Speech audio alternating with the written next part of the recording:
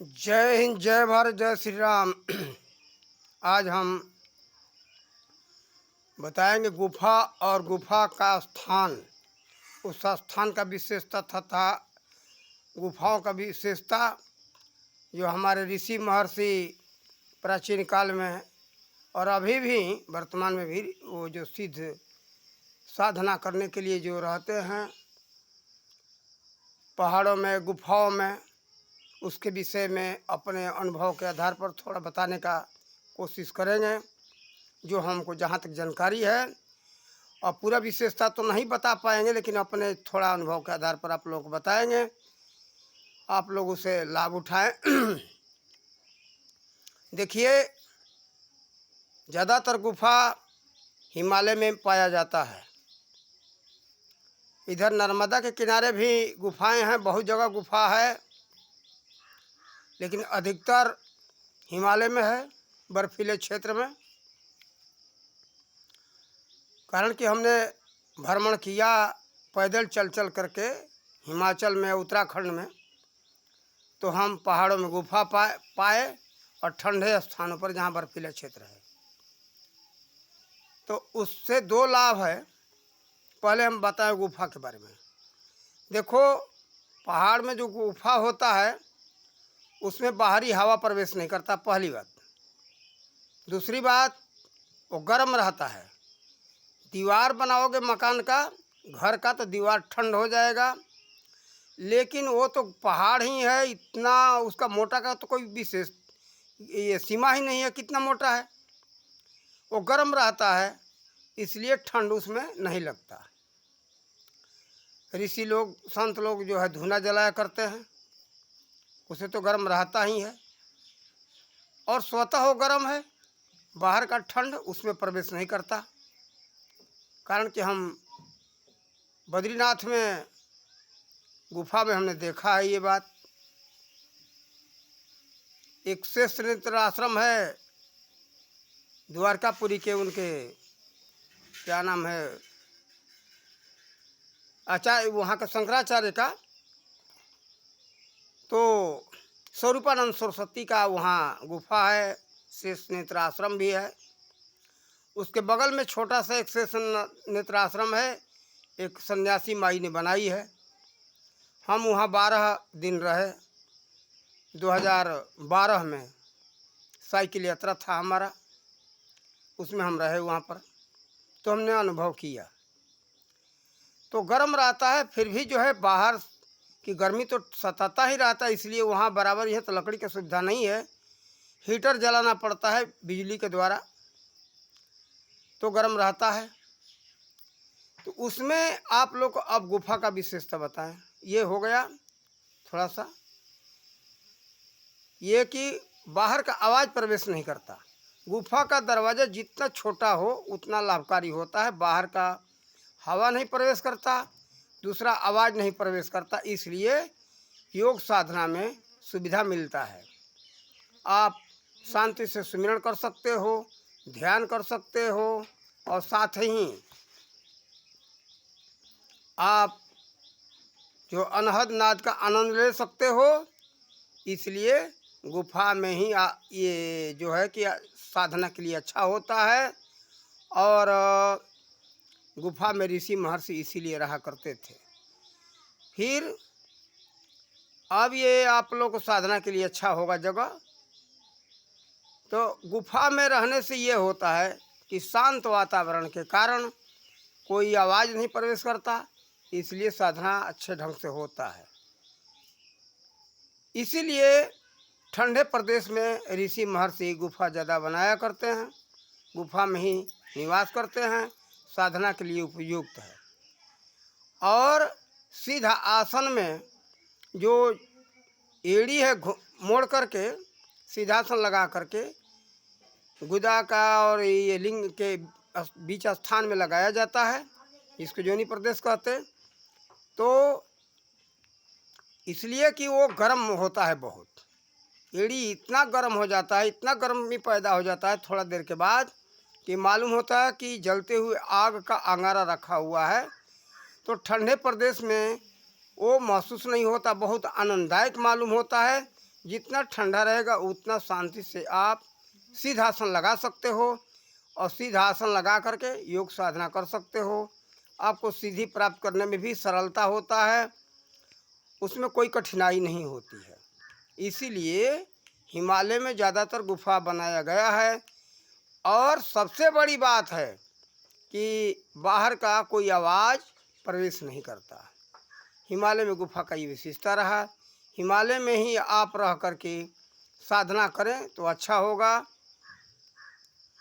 ऐसे नीचे स्थान में, नीचे भूमिगत भी लोग गुफा बनाए हुए हैं। बहुत जगह हमने गुजरात में देखा, कई जगह देखा हमने, और सुनता भी हूँ बिहार वगैरह में कि है वहाँ गुफा लोग बनाए हुए हैं, लेकिन गर्म है। हमने देखा एक जगह बस्तेवा बाल पर गुफा है, लेकिन गर्मी बहुत ज़्यादा होता है। हाँ, उसमें ठंडे मौसम में आप योग साधना के लिए आपके लिए उपयोगी है, लेकिन गर्मी के मौसम में तो बिल्कुल नहीं। गर्मी इतना होता है कि परेशान हो जाता है व्यक्ति। एक तो धरती का गर्मी, दूसरा शरीर का गर्मी, और बर्दाश्त नहीं होता है। इसलिए ठंडे प्रदेश में ये गुफा योग साधना के लिए उपयोगी है। 12 महीना आप साधना कर सकते हो, लेकिन ये नीचे के समतल मैदान में गुफा जो बनाते हैं केवल ठंडे मौसम के लिए है। आप 4 महीना आराम से 3-4 महीना साधना कर सकते हो, तकलीफ नहीं होगा, लेकिन बराबर के लिए नहीं है।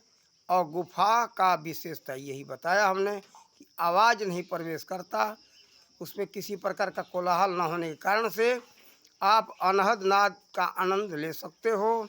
और उससे क्या होता है, परमात्मा में मन जुड़ता है। वह अनहद नाद जो कहा गया, किसका आवाज़ है? नाद यानी आवाज़, वो स्वयं परमात्मा का आवाज़ है। वहाँ बिना बजाए किसी सभी तरह का आवाज़ होता है। ये बात ब्रह्मानंद जी अपना ब्रह्मानंद भजन माला में बताया है कि बिना बजाए निश्चित बाजे, ढोल मजीरा से सब कुछ बताया आवाज़। और कई संतों ने इसके बारे में बताया है, तो इसमें संशय न करे।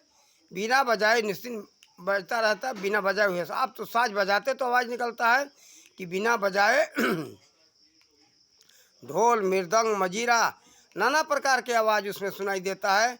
और आप लोग जो संतों के द्वारा ये पुस्तकों में वर्णन मिलेगा, तो कोई 7 प्रकार का आवाज़ बताया है, कोई 9 प्रकार का आवाज़ बताया है, कोई 14 प्रकार का आवाज़ बताया है।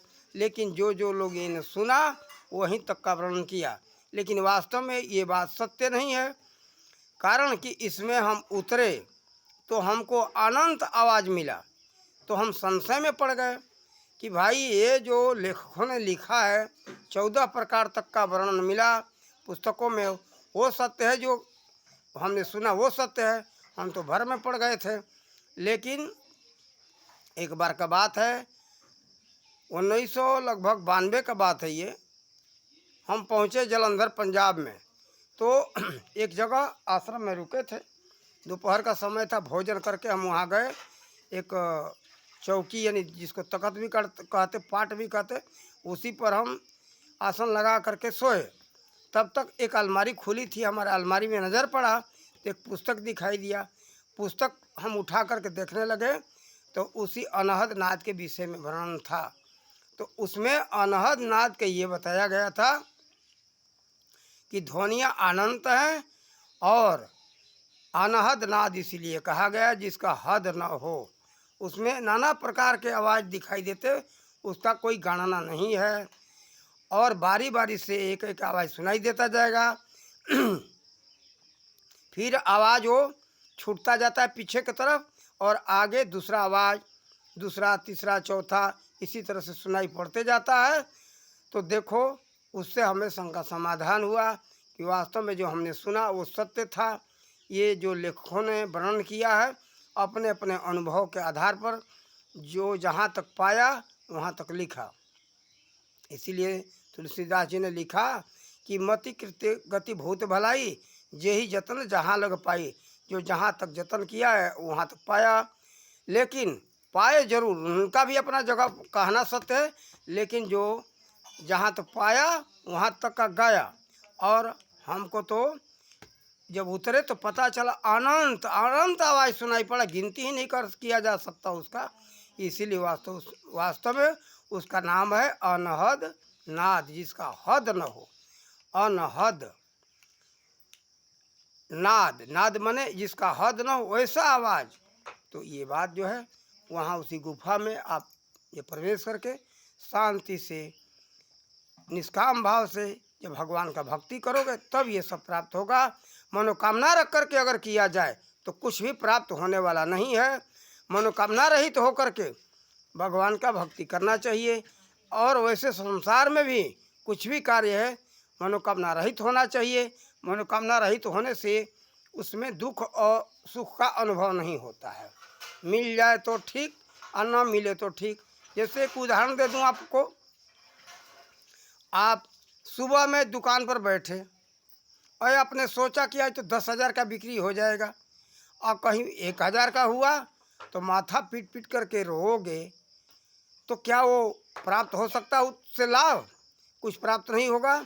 जो भाग्य में लिखा होगा उतना ही आपका बिक्री होगा। कोई बड़ा बहुत बड़ा दुकान खोला है, कोई छोटा है, लेकिन ये सब देन परमात्मा का है। एक तो ये बिजनेस उद्योग एक बहाना है, सब देने वाले वो परमात्मा होते हैं। फिर खेती में भी यही बात है। खेती आप करते हो, खेती में हल जाने से पहले ही आजकल लोग निश्चित कर लेते हैं कि इस खेत से तो हमको 2 लाख 5 लाख 10 लाख मिल जाएगा। निश्चित करके तब हल चलाते हैं, जुताई करते हैं, खेती करते हैं। और खेती में न लाभ मिलने पर क्या करते हैं लोग कि जा कर के फांसी लगा के मर जाते हैं। आज से 20-25 वर्ष पहले ऐसा नहीं था। खेतीहर किसान कभी ऐसा फांसी नहीं लगाते थे, लेकिन 20-25 के अंदर अंदर से ये बात सब सुनाई पड़ रहा है। महाराष्ट्र में लोग ज़्यादा करते, लेकिन लोभ लालच रख कर के करते हैं और उसमें आशा पर लगा देते हैं। मनमाना लागत कर्जा ले करके लगा देते हैं कि भाई 5 लाख लगाएंगे तो 50 लाख हमको प्राप्त होगा, और नहीं प्राप्त हुआ तो फांसी लगा करके मर जाते। तो देखो, ऐसा नहीं करना चाहिए। निश्चित मत कर लो, पर मेहनत करना अपना कर्म है। मेहनत करो और फल जो छोड़ दो परमात्मा के हाथ में। और जो वास्तव में वही होता है जो परमात्मा चाहते हैं। अपना चाहा हुआ कुछ नहीं होता है। आप लोगों ने देखा होगा, अनुभव किया होगा। इसीलिए ऐसा मत करो और आप लोग शांति से जो है मनोकामना रहित होकर के भगवान का भक्ति करो, उसमें आपको सफलता मिलेगा। मनोकामना रख करके करोगे कुछ भी प्राप्त होने वाला नहीं है। और चाह करके नहीं कि ये प्राप्त कर लेंगे, छोड़ दो परमात्मा के ऊपर और करते जाओ। जो सामने आता जाए उसको आप अपनाते जाओ। और इन्हीं शब्दों के साथ हम वाणी का विराम देते, और हो सकेगा इससे अच्छा और समझ में आएगा तो इसके विषय में हम और वीडियो अच्छा बना के डालेंगे। एक हमने इसके पहले भी बताया है, लेकिन उसका पूरा विशेषता उसमें नहीं बताए, और हम इसमें जहाँ तक हो सका अनुभव था हमने विशेषता अधिक बताने का कोशिश किया। इसको आप लोग सुने और इससे लाभ उठाएं। जय हिंद, जय भारत, जय श्री राम।